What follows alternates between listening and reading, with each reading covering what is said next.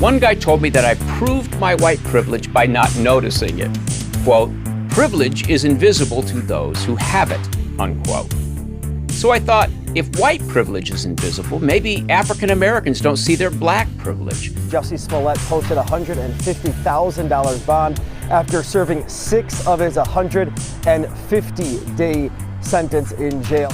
Attorney Nenye Uche described the moment he told the actor that he'd be released. He pushed his hands on the glass and his eyes got teary, and he said, I nearly lost hope in our constitutional system. And he was shocked.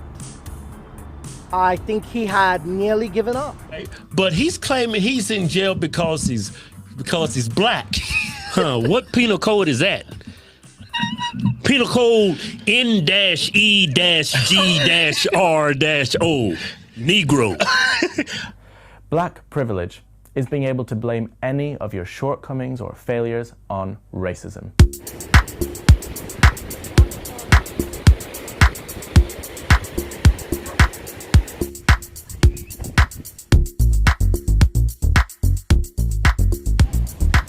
Welcome back to the show. So glad that you found my backup to Anna's Thoughts and Musical parody here at Anna Speaks Out. Thanks for being here today.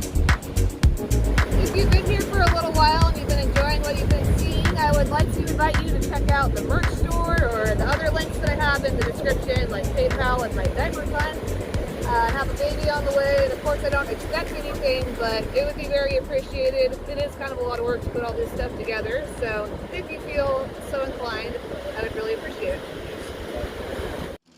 So about 3 years after originally being indicted on 16 felony counts, Jussie Smollett has been let out of jail on a personal recognizance bond, which means he didn't even have to pay any money, just 6 days after he was put in jail on what was supposed to be a 150-day sentence. I didn't actually know what a personal recognizance bond was, so I looked it up and read about it on this website, How Bonds Work in Cook County, from a Chicago criminal lawyer. And it referred to them as I-bonds and said, with these bonds there's a bail amount. Jussie's was $150,000. But you do not have to pay it to be released. However, if you don't show up to court, you will be arrested and the bond forfeited, which will allow the court to collect the full bond amount after they arrest you for not showing up and the judge orders that you forfeit the bond. So basically, he quite literally got a get out of jail free card after just 6 days in jail after being convicted on 5 felony counts. But some interesting things happened while he was in jail, because of course they did. It's Jussie Smollett, the narcissistic, possibly sociopathic, in my personal opinion, drama queen that we're talking about here. According to the New York Post, one of Smollett's siblings has reportedly been bombarded with disturbing phone calls, such as somebody saying that they hope that Jussie gets something done to him while he's in jail, which you can read about on the screen. And this was apparently after the family member left their phone number as an emergency contact for Jussie while in jail. We are up against serious homophobic people, serious racist. It's clear in the threats that we get. I get all types of nooses DM'd to me. I get all types of pictures of my brother with a noose around his neck. So call me crazy or a terrible, totally unempathetic person or whatever you want to say, but I personally just can't help but wonder, based on what originally got Jussie into trouble in the first place, which was orchestrating a hate crime hoax, lying about some supposedly terrible things that happened to him. I can't help but wonder if, he paid some people beforehand to make these phone calls and send these messages that were then showed to the press. And maybe his brother is in on it now too. Jussie also went on what looks to me personally to have been a sort of hunger strike in order to keep attention on himself while in jail as well. TMZ reported it as something that he was doing for Lent. They said Jussie is taking Lent very seriously this year, choosing to give up food while behind bars, and he's intending to stick to it for nearly 5 more weeks, which is pretty insane. They said that he was fasting for spiritual reasons and hadn't eaten anything since Lent started on March 3rd, a full week before he started serving his sentence. But I liked the way the Daily Mail put it a little bit more. Disgraced actor Jussie Smollett consumed nothing but ice water during his 6 days in a Chicago jail. His lawyer, Uche, wrote it off as, "I can only imagine if I was in jail for something I didn't do, I wouldn't be eating." But Smollett did not speak to confirm the claims as he left the jail, so that makes you wonder what it was really all about. He's been drinking ice cold water. Ice water. That's been his food and liquid. It's a protest. Is this what's the? Charlie, if you were in jail for something you didn't do, would you eat or would you be I don't know. We also had Jussie's brother, who you saw talking about getting all the crazy messages, expressing his utter outrage that Jussie went to jail at all because he supposedly believes that he's innocent. He's very strong. It's a very angering situation. It's been a complete mental marathon for him and my family. But he's very strong. He's very focused. He's in a regular jail cell in the psych ward. So there is no special treatment being given to him. None of that is happening. He is very much in a jail cell, a regular jail cell. We're just focused on getting our brother out of jail. He should have never spent a day in jail.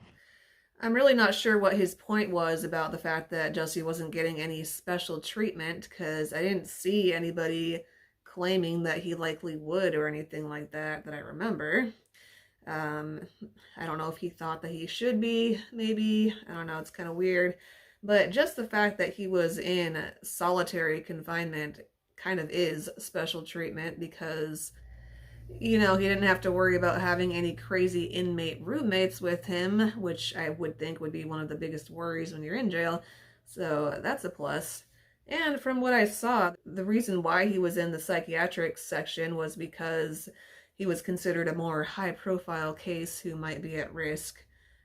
So, you know, he kind of did get special treatment. I would also like to take this time to remind you that seemingly the reason why it took so long for Jussie to even get any jail time at all was because he had high-profile connections from the beginning. According to the Chicago Sun-Times from back in March 2019, just days after Jussie Smollett told Chicago police he had fought off a pair of attackers who targeted him in an apparent hate crime, Cook County State's Attorney Kim Foxx tried to persuade Police Superintendent Eddie Johnson to turn the investigation over to the FBI. Fox's call to Johnson came after an influential supporter of the Empire actor reached out to Foxx personally. Tina Chen, a Chicago attorney and former chief of staff for former First Lady Michelle Obama. Chen passed Fox's number to a relative of the actor, and the ensuing conversations with the family member were cited by Foxx last month as the reason she recused herself from Smollett's prosecution. So basically the moral of the story is that there are all kinds of privilege that Jussie Smollett seems to have been trying to take advantage of this whole time, such as racial, sexual orientation, and just having money and connections. But now let's finish things off with some conversation about whether or not he may ever end up in jail again. Let's now bring in CBS 2 legal expert Irv Miller. 1,000 things could happen here. Irv, that said, do you think Mr. Smollett will be behind bars again in this case?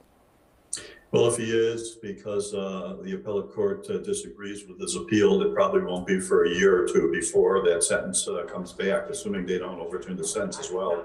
Or if somehow he violates his probation, because he's technically still on probation, that would end up in jail as well. Okay, so maybe, and it could be years. His legal team put many parties on blast tonight in their press conference you saw live on CBS News Chicago, from the media to the judge. Did Smollett's lead counsel, any of his arguments hold water tonight?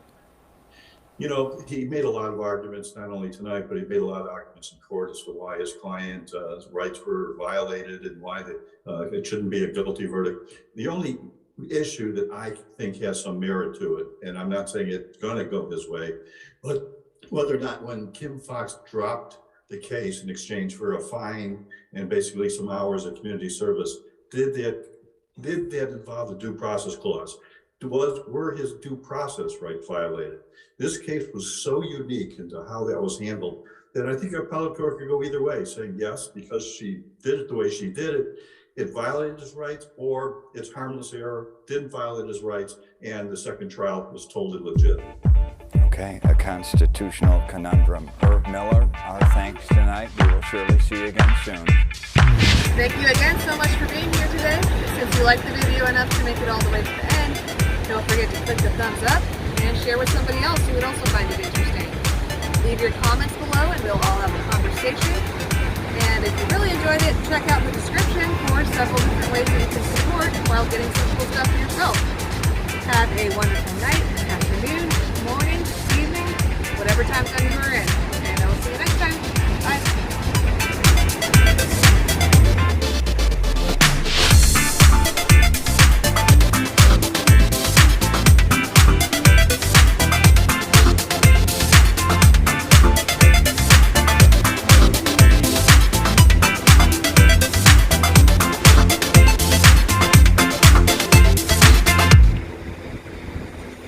He's been drinking ice cold water.